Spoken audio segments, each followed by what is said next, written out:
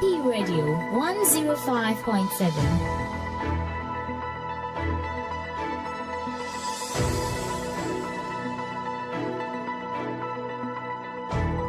Action Power TV, the way of salvation.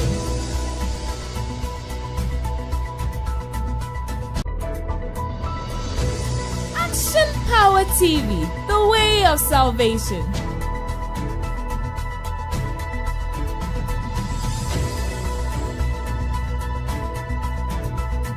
AP Radio 105.7.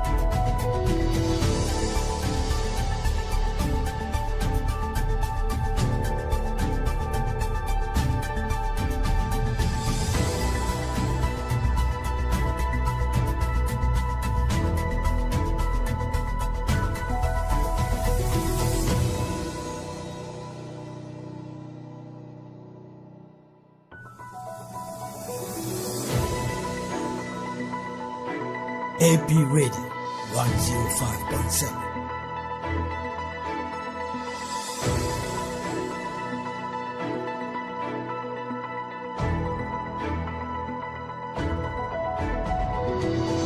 Action Power TV, the way of salvation.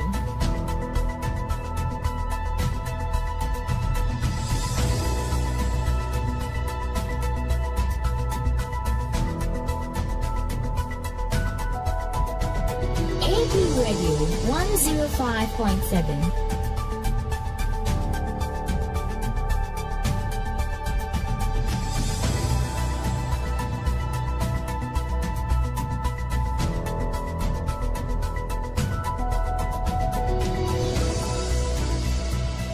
You're listening to AP Radio.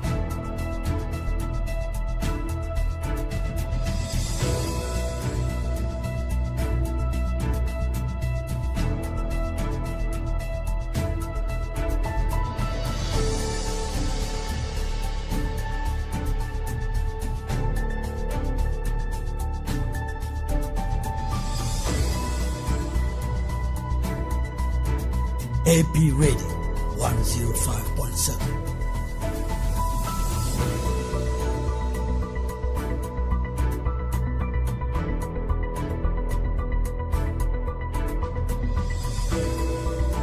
Action Power TV, the way of salvation.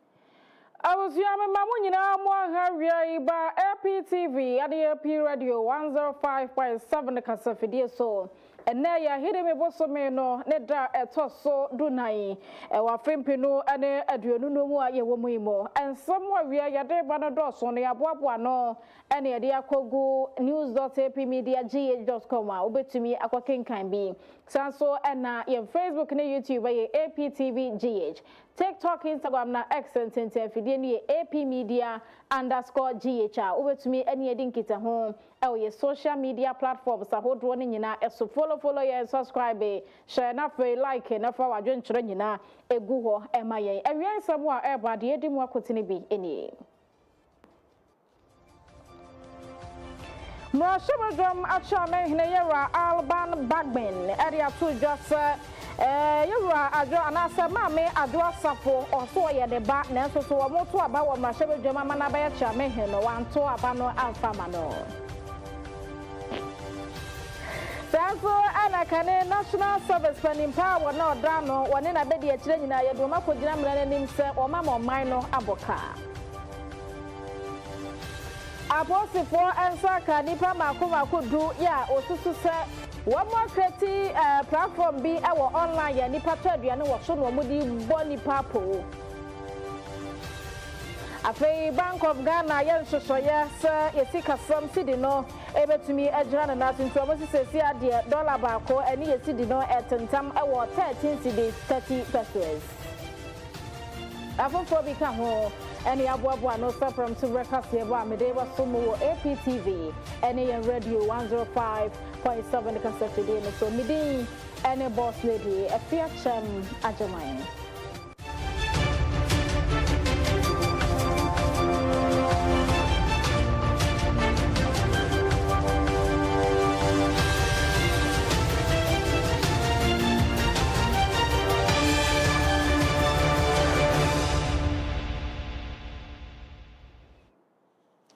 Mrashabadram Agyemang ononyamfo Urban Kings for Sumana Babin area to just kane mrashabadwania no award drama kwabenya abato mpeso no so ma me Sarah Adwoasafo ewa abra na ono yewra babin yi ebe mrashabadram Agyemang a wo moto aba ewo mrashabadwafie ho no wo sema me Sarah Adwoasafo anto aba anfa ma no so wo ye ne papa sanse oben safo kantanka ebusua no na wo kyerese ni nyina mu no eyese wo mo betumi asere wonhia mudi ana ekoso ene apostle kwadwo safo eto anananom ewo ensiedo na ebusua ni nyina aka abobu akọ yewra baben ena asesem no hyebedwam Agyemang wo ban abusua ne pa do sanso eda mra hyebedwam anonti ene wo mokọ ne nase a wo mode kwoto nanim se de aba enie se be ya bedwafo so beboabo wo ho ne duru bra wo mokura yewra ye chikura wo matumi abeta abusua no achi wo moduru ho no a chesensen kayem ni ama ne bomu ano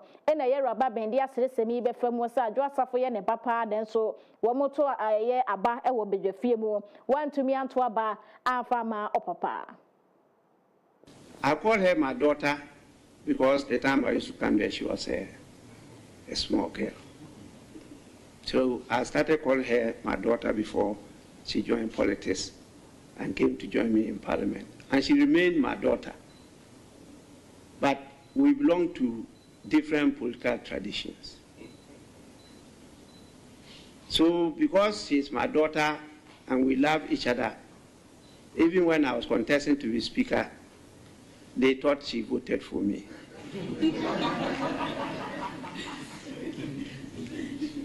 I want to assure all of you that she didn't vote for me.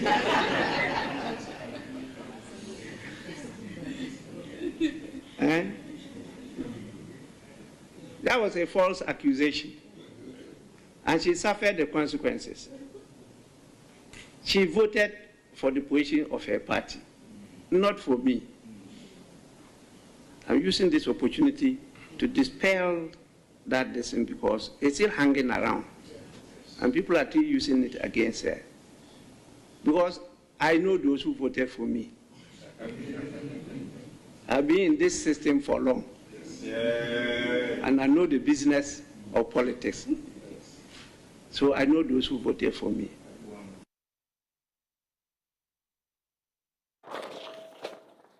Yewra baben ana dia to dwasa awamrashabodwam ho no obi anim se wafa Sarah Adwoasafo so ne ba na so edru so mkoto aba no ne wo ka akyekyerebu se maame Adwoasafo anto aba no amfa amano na yekọ enwomasuamu no nyamfo Haruna Idrisu wari ato dwasa akyekyerefo binomo ene empanimfo binomo ho a wo makatua akamo no wo bobetuatua mu de nyina ede amagwamo na wo kyerese akyekyerefo be empem ensia ene ahenu 6200 ne akyerei ene won musika akamo abesi ne yentua ema wo mo nenso wo se asoafo no mkokohia ye cabinet ni kokohia ye no ene wo magye atum se akyekyerefo brewa setan mu ne senti ene sese otumi etua wo musika ne de ma wo mo emo ho ahyase a ekoso a asoafo no ene hwe yesika sam so ye wura kyerese wapene so ama 1.1 billion cedis en wo mode kwhya akyekyerefo akatua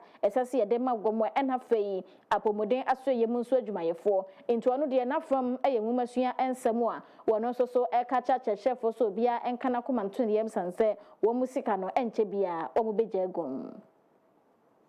Support and budgetary allocation to do that. So this will be the brief. And then a few weeks ago, myself and Chief Director received a petition from some teachers who are unhappy with the government over their unending. They've worked for a number of months without pay.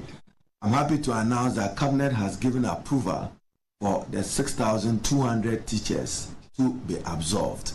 would begin the process in due course. They will have their IDs, but as I assured them, they will get back pay. But you see, having demonstrated and pelted stones at us, they have to pay for the stones because we will give them back pay. But for their conduct, what do we get in return? How that they didn't disrupt any academic work. So those 6,200 teachers, I think I can speak for both ministries in this matter.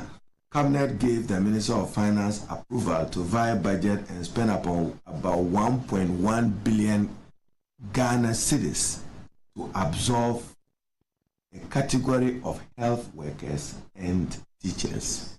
The process will start soon, and therefore no more picketing or picketing, they say. I'm happy to answer any questions, but let this prayer. For Harona Idrisu, Wano and I saw for Shaya, Womasia and Sanso, and what said the church for Sikana, come one a senti, or more Aya Yachretia and Penifono, or Mubetia Ediama Womo. Now, your National Service Authority for so Australia, can ye and I say, can I penny quantra for no dano yera or say a sibe and chi? One in a bedi a chair, ma may give to your worry mensa. Wammy no edgina and brananim den a minor and a one more etching, and a saying, Wamo say a wabanda dano abrasono, na yevra ye ayapanim pada and a son, no motina hoyan shahawan na bedi a tree, a man nipado duobia, one more national service nibiano, Wakatiano Nacha Busumi Sumbiane be etimi equa womo, the sentin woman money aboka.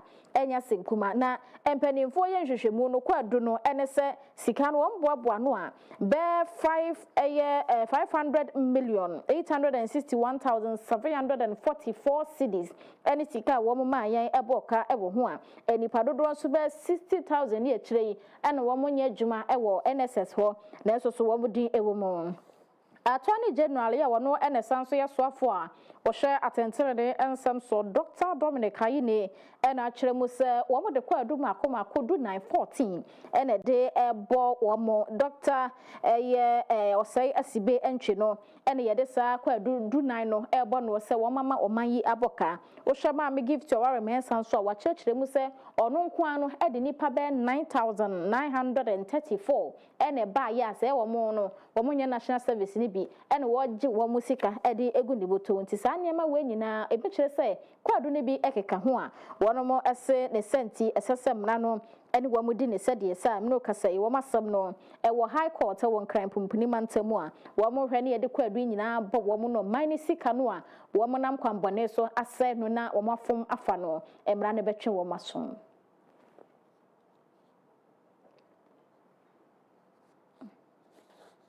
Afei yeko yanimu a ene aloyafo pinu a ene wo matumi awie wo mo aloyafo suko mo koya ya hye wo mo makodi Ghana ba no emu a wo mo beye dwuma ede aboa ya mamara ho ensem na enipa pi ene ekasese aloyafo adoso eye ne yesi aloyafo pebre awie ene wo maba monten so ne yesi aloyafo awie ene ade ne no ena yewra obenfo bia wono eba no emara ho ensem no so edimu akotene yewra sankom Santrafo ene ni di nkomo efa ho se de nkrofo kan wo hu se won susanso bi wo ye man so na ene wo so no de won hwehwe nkrofo wia na ewie ba wo mo ewie lawyer wo mo ewie be ye engineers enso so no how dodo aye wo mo emusa ye ho se ye tumi aso how na no na ene wo se nipa dodo kra wo mo wie be wo mo baba beten fe ni ye mfa wo mo adwuma lawyer fo ye ntumi mfa wo mo engineers nso se ye fa wo mo no mo do mo nim de ne ye adwuma eboa mo man yetimi tumpon no so a wo mo so yentumi emfa wo mo tini nyina no ne se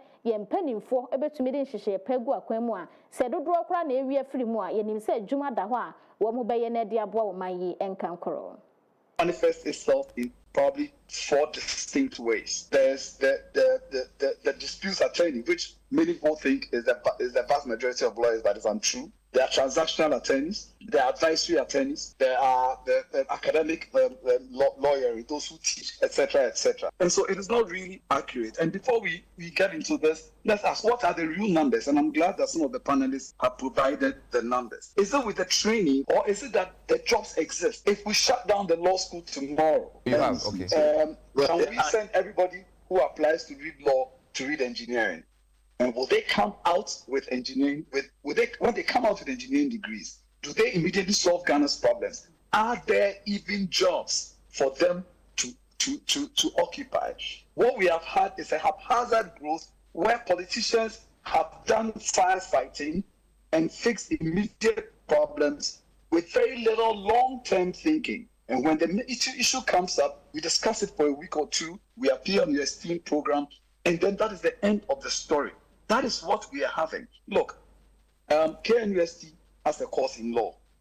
One would have thought that a law course from a University of Science and Technology will shape people who will come in and do science and technology lawyering. And so the courses to be offered in KNUST law will be like medical law, engineering law, the construction law, etc., to pick the science, the STEM courses. So you have people who understand the legal underpinnings of these STEM courses. But Ora Sankoma or ye churchenia bano one more sasa be a lawyer for one so chere one more de bie or no and say a lawyer for wieba engineer say wieba a sasa penny for to be the sheshe go akwam mo ba o mo betumi enya enyuma aye ye call nipa atena ye mo ensem.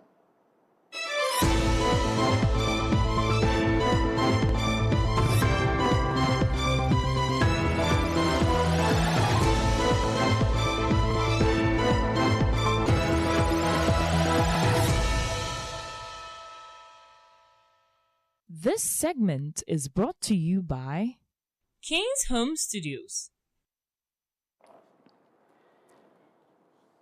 Mentome wase ene ntokwa bi ama ne hom ne so ewo Ahanta West abato empeso no eso enkro bi ha eye asanko ene butire mu a enya sem kuma na sanchenwashi na so manipa ba kwato na nanom ewo nse do ema ukọ asamko so a edan bebre no a ena dehye atwaja tumu ani nyina ahyedwerebe ne senti ena mrahye bedwani a owo Ahanta West abato empeso no so no nyamfo Mavis kuku abisiu wode adesrade eto empanimfo anim se eba no ahensam ho nkyinwahye a ya wo munhwe nsiesie ne ntam sebayi a bibia nso betumi akoye na wo ba ne mpeso no so a saa nneema we nyina ka ho bi na mpuntuo ne nkankro entumi masanse ntokwai ma ne ho no so motwe atwaja ede to adan ahodo mi saa ne suku dan kwa ne abesidi ma mo betwaja tom enti saa ntokwai emoa ema mensin bi anase mpeso bi entumi empeja ne senti ne wakoto asra de hia wo mo ewo ne mensin ne mpeso no so se obia enya akomatoyem na obia enya abotre sebayi a saa wantwi ne nkyinwahye no ebinsa enkoma ne homene so ebiem. I was able to get here this morning to see things for myself. And upon my leaving, I heard the minister was also coming with our president from House of Chiefs, so I had to stay and receive them being the member of parliament. So, like I said earlier, it's unfortunate. The MC has spoken already. It's all about the law at the moment. We can't do anything about it. But what I want to say is since we have our president of House of Chiefs here, I would really want to beg him that these chieftaincy issues in Hunter West especially is killing our youth and destroying everything that our ancestors and forefathers fought for. It goes contrary to everything that Hunter as a kingdom before believes in.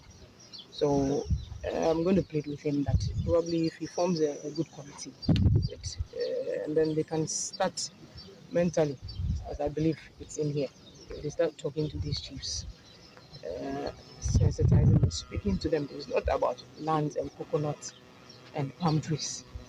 At the end of the day, it was God that created them all. And when we are not here, we leave them behind. So if we push the youth to go and commit crimes and then we sit back as chiefs and watch them kill themselves, I don't think it's right for any community or even a Hunter West. So there should be a team that is going to be speaking to these chiefs, telling them that it's about time we stop. We've killed each other enough. The youth have suffered. Now, this town, when you come here, the old men are gone. The old ladies, they are fled. The children, they are supposed to be in school. Today's Monday. They are not here. They are all somewhere in the neighboring communities. It is not fair even for the kids because of adults' action or something. So I think that It's about time we stop and then start psyching them and telling them that in the end, everything belongs to God. It doesn't belong to us. Whether you fight or not, you die and leave it. So we should allow peace in Hunter West. Mame Meve school kwa bisiu ahanta West abato mpeswa so mrashibujani enono. Na Ghana Police Service no area abato dwa enam CID for aso yemu se omache nipa du. Na se nipa du yi wo motententen fide nso no create platform bia wo so moton enuane ewo so na enye wo mo ankasa kura na se wo mo nheda emie company bia wo mo de akwa 2010 fide nso wo mo gina papaye Pizza Man, KFC, mawakonom, ene enyumaku akese a wo motonton enuane no so enti wokọ saa site ho na akoto aduane a woni nse de papa ye aduane na akoto nso boa wokọ akoto wonder sakwiti sede na mama glo ene wo bo keka no ho no wo mom de na akoto enti utua sika ne fa so a wote na ade asan ama ade asan so achewa aduane no ema ne no na aposifo de wo mani didi nsamachi anu hwehwemu ye ene wo motimi kwachi emu ensia de di kan wo suga kope na enhwehwemu no anu wo mokosa enya nipa ba miensa wo ha atwo ye no wo nkran pompini mantemu esa ka ho a wo mosa esa nya ba ko so de ka ho nipa no aba ba ye makomakodu a ewo ntintan fidie no so na wo mo create platform se wo moton nuane abetumi a oda bia wo da na wo mo bu pa de mu odin aposifo se wo mo hyehye wo mo no de makwa akopie mu ewo asendi bia sebe ya hyehyeye bia wo ho bia na na sa sotwe bia ss pattern wo mo atumi de ama wo mo.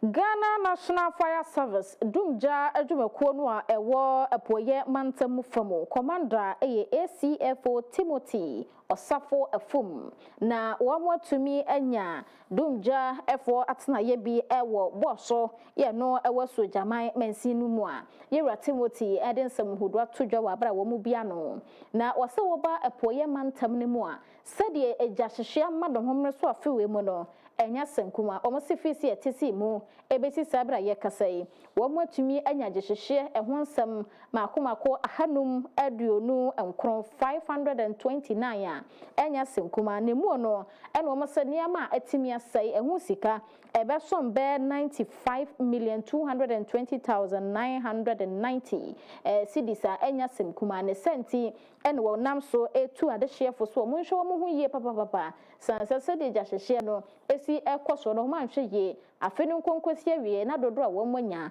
womuntumi enkan ne senti ene wonam so etu adehye fofa kwan yom befa so a ejahye womu betumi esi hu kwan koba ne se won se jabi kura ama ne humre so kakra wankasa ubetumi aso ano na nkwankwa jensemo.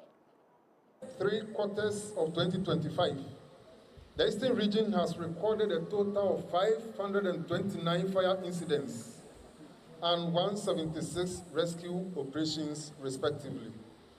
These incidents resulted in an estimated cost of damage to property worth 43,534,806 cedis,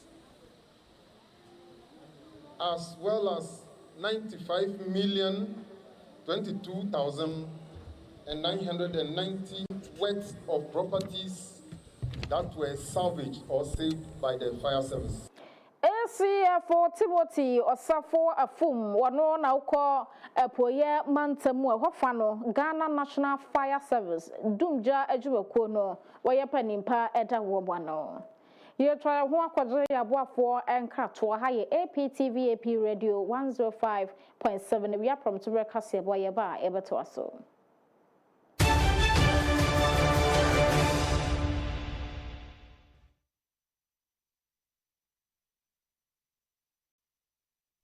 Introducing the Smiling Shack Outdoor Solar Camping Light, a new modern way of lighting up your world. It's a powerful portable lamp with 2 modes of brightness, a strobe light as well as a flashlight. You can power it through solar charging or Type-C charging. With a built-in high-capacity lithium battery, you can also use it as a power bank to charge up your mobile phone through USB. To purchase one, contact 055 051 5323 or 053 520 3534.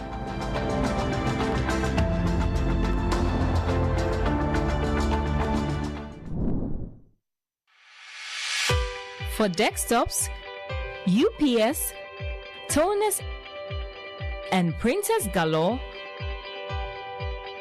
Bell Enterprise has got it all, from CCTV cameras to office chairs that keep you in style at affordable prices that will make you smile.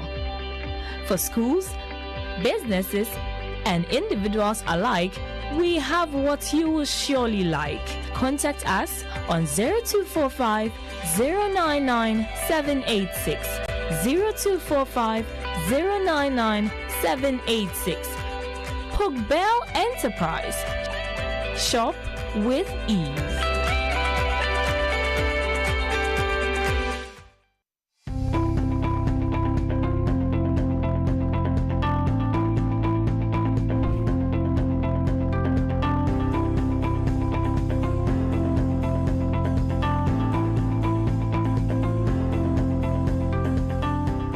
Hello there. I welcome you to Kino Computers, your one-stop shop with the perfect tech solution. At Kino Computers, we give you the best deals on quality laptops, phones, and accessories.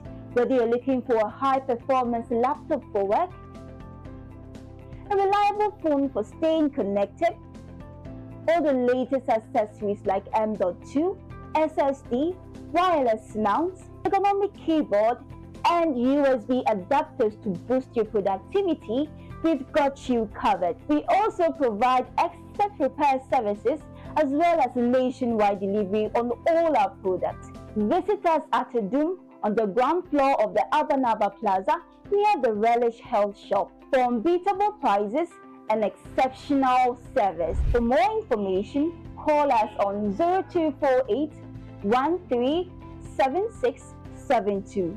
0248 137672. Kia Computers, beyond your expectations.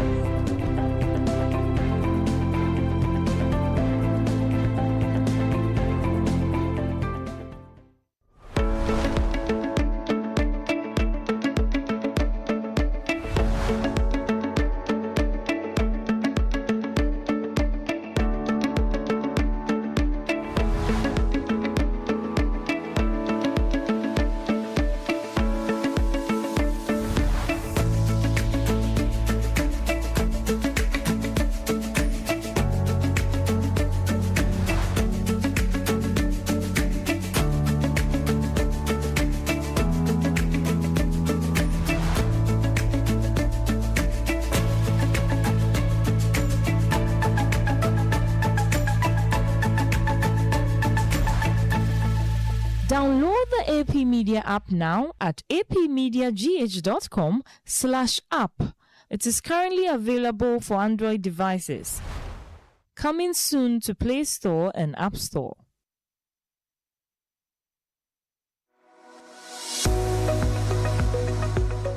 Dr. Kukudazi has written a very informative book called How Demons Operate. This revelational piece exposes all the deep secrets about demons to set you free from their evil clutches. You can purchase the book online on Amazon.com and Bol.com, or also grab a copy from Continental Supermarket at Ayediase or the Kyem Shell Shop in Kumasi.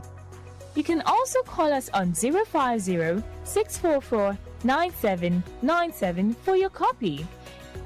Get a copy right away.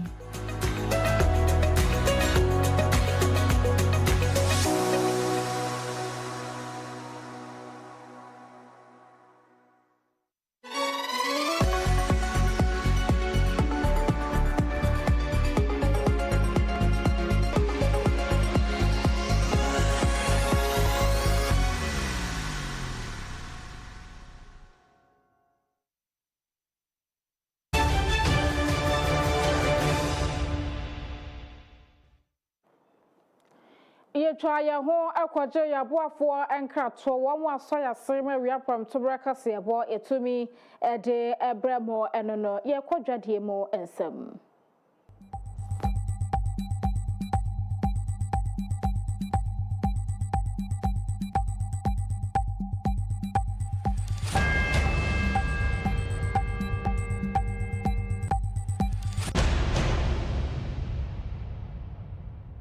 This segment is brought to you by Tizo Aluwex.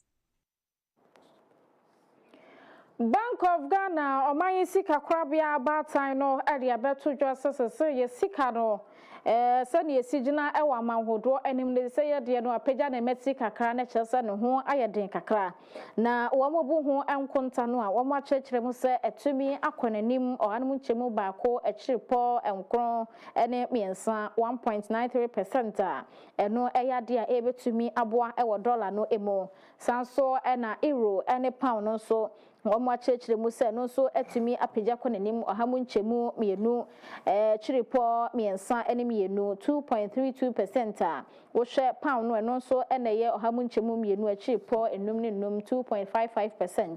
womo se ni nyina no eye nhwehwe ahodo a Bank of Ghana edi agu akwan mu na ebeboa yen sebayi a yen a ye di dwa ewo man mu ne yen na ye kwoto ade enso yasetena mu ebetumi akoyie.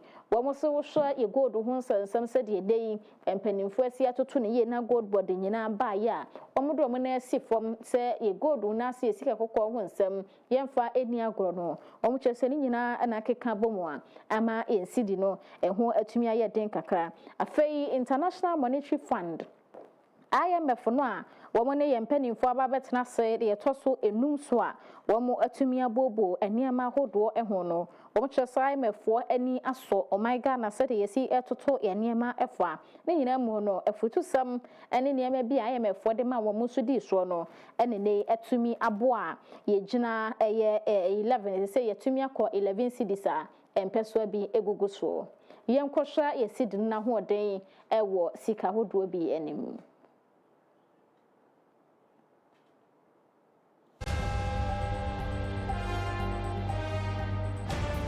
Ofa America dollar no a ene ukuta 11 cedis 89 pesos a osa ebetumi aka dollar no ba kosa so ena odisi dollar no ba yen ye sika yi mu a eno so gina 11 cedis 91 pesos ye ko euro so a eno ejina 13 cedis 76 pesos so pesa uto euro no ebiasa so odisi euro no ba yen ye di mu a eno so ejina 13 cedis 78 pesos ye ko pound no so 15 cedis 86 pesos eye o kwakoto bi sa so na odisi pound no ba yen kasa yen so ye di mu a eno so ejina 15 cedis 88 pesos since said na Bank of Ghana for kanwano womo atumi amanna perform tanse eno ada na ejina simpie so na ye de tudwa se ejina 12.something pesos a eneyi atumi aba 11 cedis 89 pesos na se no so eye nigisam de ehwe anim so mbetumi amana beba form na aboa adwadifo ene womo eto ade ewo omanyi emo ye ko amanhodo so ensam.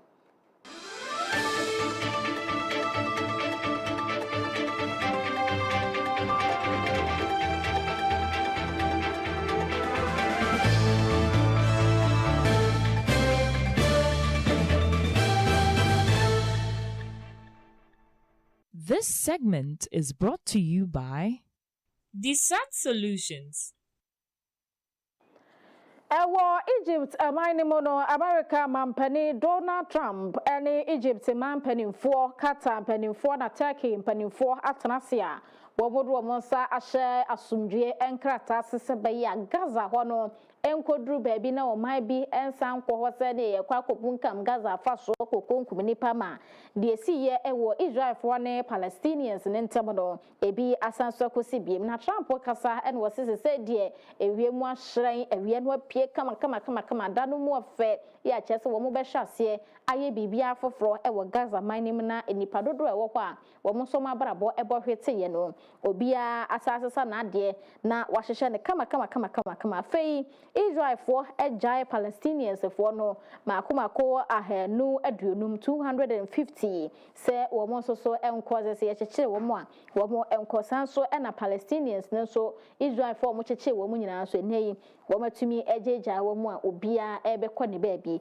ne nyina no eye nigesam a Donald Trump se wei eya abakosem kese pa esia enya sinkuma sanse sa Palestinians in Israel for nchenwa hyew no na hwan ne nim se etu betwa na so omu nyina aka bomu aman bi te se Egypt, Qatar, Turkey womu nyina abebomu a ene asumdue etumi ayedwuma. To see how the diplomacy would work out. Not Donald Trump, here undoubtedly to bask in the glory, but also keep up the momentum for a deal he believes could transform the region. We have seen other American presidents lauded in Israel's Knesset, but never quite like this. This was the first of what would be at least 20 standing ovations. Donald Trump is the greatest friend that the state of Israel has ever had in the White House.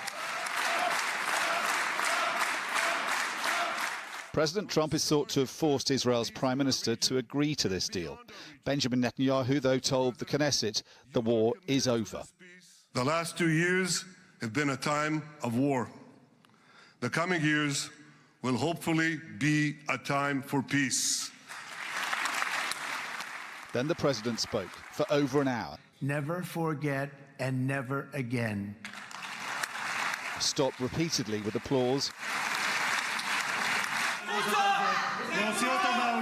And once by protest from Israeli Arab and far-left politicians. Donald Trump was emphatic. This is the start, he says, of a new dawn. This long and difficult war has now ended. You know, some people say 3,000 years, some people say 500 years, whatever it is.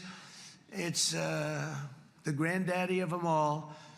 And in an unprecedented achievement, virtually the entire region has endorsed the plan that Gaza will be immediately demilitarized, that Hamas will be disarmed, and Israel's security will no longer be threatened in any way, shape. And once by protest from Israeli Arab and far-left politicians. Donald Trump was emphatic. This is the start, he says, of a new dawn. This long and difficult war has now ended. You know, some people say 3,000 years, some people say 500 years, whatever it is. It's the granddaddy of them all. And in an unprecedented achievement, virtually the entire region has endorsed the plan that Gaza will be immediately demilitarized, that Hamas will be disarmed, and Israel's security will no longer be threatened in any way, shape, or form.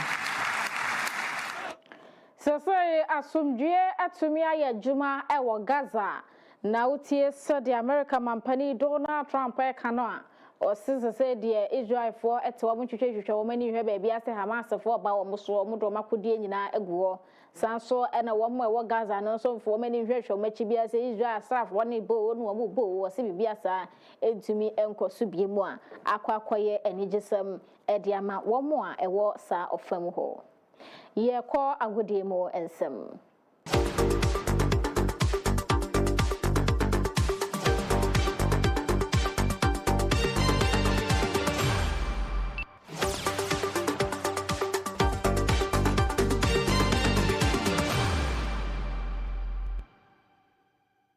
This segment is brought to you by Pogbell Enterprise. Ewo agudiemu some ewo AP area from to broadcast way as well Samuel K. Yeboah, the Samis and Abwabwa no de Besumi. Sami ma highway. Meju's miniaba. Let me be aboko. Oh, we be aboko. Yeah, then Yamiase. Sure. Na area Abwabwa biano ba. It's a World Cup, no. Sa. I say Nancy Wavy. Now, our assembly say, my activity say keep bread. Oma qualify. Omoba. Na Nigeria. Oh. Nigeria for say no me me plead on you. Omo be have say more 6 points. Was my farm mom. Nti omo nya moy. Ombebone. Mbebone. Nti hu se mbeba. Ti na ye hye omo ana eno ana no. Eno ana no.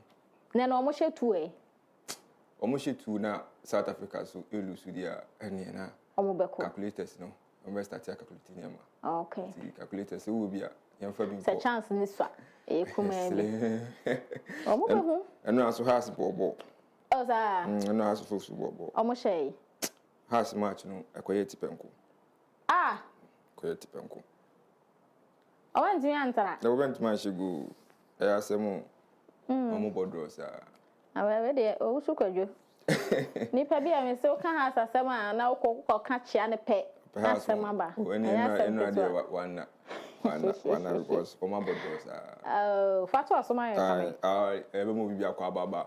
AP kasebo dumienu de kase sports and I say agudi mu nsem na me de to aso edi ameje so Samuel Kyem obetimi follow me everywhere na ya to aso e wo ho na say na me kan wo introduction ni nra Ghana Premier League match ba akoko so on say week 5 no abra glorious Accra House of Folk the Continental Club Masters yes the Nyankuntom Rantie no and I say the Rainbow Boys any team my friend Heart of Lions edi shia e wo Accra Sports Stadium on say your ball Sunday match ni we and a match the to us with match game day 5 no course so hono now we my match the koyeti penko has and shebi and Afia Pando Heart of Lions the travelers and I said the visitors so and to me and shebi na ohwa na very interesting okay benya highlight na ke twegu so ne hu the we match ni sikoya yes say penny for the name agwa kwema Ghana Premier League no every time be na pictures images ni ade course clear tie no match no Accra Sports Stadium no yes very interesting and so it could be here will be to me and she be has for so far be fat table no my rest in the Ghana Premier League table no ACT Ghana Premier League do still Heart of Alliance in the lead Premier League table no after 5 match days no it must say a few many abre person moji meaning say teams ni bi agigi on some text ma babaji okay mediama for alle frog yomo mediama no edin kan wo 11 points Afia Heart of Lions are only has Bonra, Etosibino on 11 points. After Young Apostles, Etosibia Sour 10 points. Idiana, Edisu 9 points. Samatex, Etosunum, as a few league in a bono. Teams are Omun Lucy at Yeshima. The Premier League Ebony this season. Teams are Omun Lucy, no Ubena, Kumasi Krobia, Asante Kotoko. After Pando Heart of Lions on the Sun Lusu match after 5 match days, no. Samatex is in Lusu match. And after Glorious, Accra House of Folk Fonso, and Sun Lusu, my say, Chilohono. So ono ehwa o ma won hyew eti so far ye 4 teams utimi se nema koyi prempren nema koso e de ma o ma omutimi keep clean sheet any ade ho now we ma after match no coaches no e de nsem to dwa eti call on the part of Pando Heart of Lions coach Bash e de nsem bebre to dwa e beti coach anu the same between Heart of Lions and Heart of Folk, and I've been joined by the manager of the Pando-based club, Bashir Hayford. Coach, 90 minutes of football, 1 point going home. What is your overall assessment of your team's play? Well, I think we have done very well. It is a tough game, as you started by saying it, and I think my boys have been able to manage them. And 1 point away, I think it's enough. Now we are playing away 3. We have played 2. We have gotten 2 points. We are going. So we have to make amends at home. Of course. And you've seen the team play today. What needs to change going into that next game against Gold Stars? When we go back home, we'll do the needful. And then we'll see what we can do when we go to the Gold Stars. Thanks very much, Coach, and wish you the very best. Thank Coach you very much. Bashir Hayford there, securing the points with Heart of Lions here at the Accra Sports Stadium. Big one for them. It still means... Thank you very much. Thank you very much. The words of Papa, your friend here, Bashir Hayford. Nanyo no kwane kasai Glorious Accra Folk Nsu manager Masoud Didi Dramani. Ensu ni sembebre etudwa yebeti no. He has joined me. Coach, I mean, it's not the result you were hoping for, but which aspect of the game pleased you most? I think that we have always spoken about how we try as much as possible to control the game and then to try to also control the opponent, more especially when we are not in possession. And the opponent can also be very, very dangerous because they are also very strong in terms of their transitional play. 5 games, 2 goals. Are you worried by the lack of goal scoring? Yeah, every coach will be worried in this instance. But I think that the most important aspect of the game is what we are doing, that we have an identity, that we try as much as possible to create the spaces and then try as much as possible to control the opponent when they have the right moments. And so I think that it is the next phase that we need to intensify. we've been doing a lot in this regard. I don't have to justify this, but I think that it is still work in progress. Next game, Brecum Chelsea, what should the fans expect? When we get there, we'll cross it. And so we are very positive in whatever we're doing. For us, we don't care whether we are playing at home or we are playing away. Every game is as important as it is, whether playing at home or... Aye, eti papa no Masaud Didi Dramani na kasa no say work in progress. Say the bia da omugu so ye adwuma. Na the next game against Brecum Chelsea be koso Brecum Golden City Park no say ho no. Enso mudu ho they will cross the river. Eti sem na papa ne kan no say o phobia na na wanya rehemu o papa e fe ne Masaud Didi Dramani so far 5 matches. Munu su ba kokra to mu say draws no na so but on the league log no nema koso e ma Accra e House folk. Na ma mento aso na menko e World Cup e qualifies no. Yes, and Africa matches need to talk so because you say and one sem na baba de we asia obi ekebi na ohima senesi koye yenra Equatorial Guinea etna fie ene o my friend Liberia ebo etipenko a obi a share baako afenso Sao Tome and Principe etna fie ema a share baako ma Malawi entumi anti afen South Sudan ene Togo match nko etipenko a obi a anshebi Tunisia etna fie a share kamiensa Namibia fo no entumi anti na no shockingly o my friend Cameroon arehosem omotena fi any Angola match no na enim se bi on be share the pressure to Cape for no so na so fofi anto ata kobo tipenko a obi a anhye bi afi Cape ani gisem o man we omo kitikiti kra je say uche kumasim o hwe kumasim kwa population a mutimu se na se da bia o de ma kan say da bia o fa nipa fi omo potem e ba be digwa e wo ye kumase anase kigiti a omo doso chen Cape for ni nyina. It is all better to say ha a day no any papa fancy mufi atonsu omufi bekwai omufi konongu kejetia eba eye keje ebe digwa o kejetia no mo do so check vet it in an excess of 2 million kevet kwa omu just 1 million crowd a little over and 500,000 say o man e kitikiti pass na make na o metimi ameki omu made in qualification into the World Cup no by securing a 3 goals win against my friend S1 formerly Swaziland.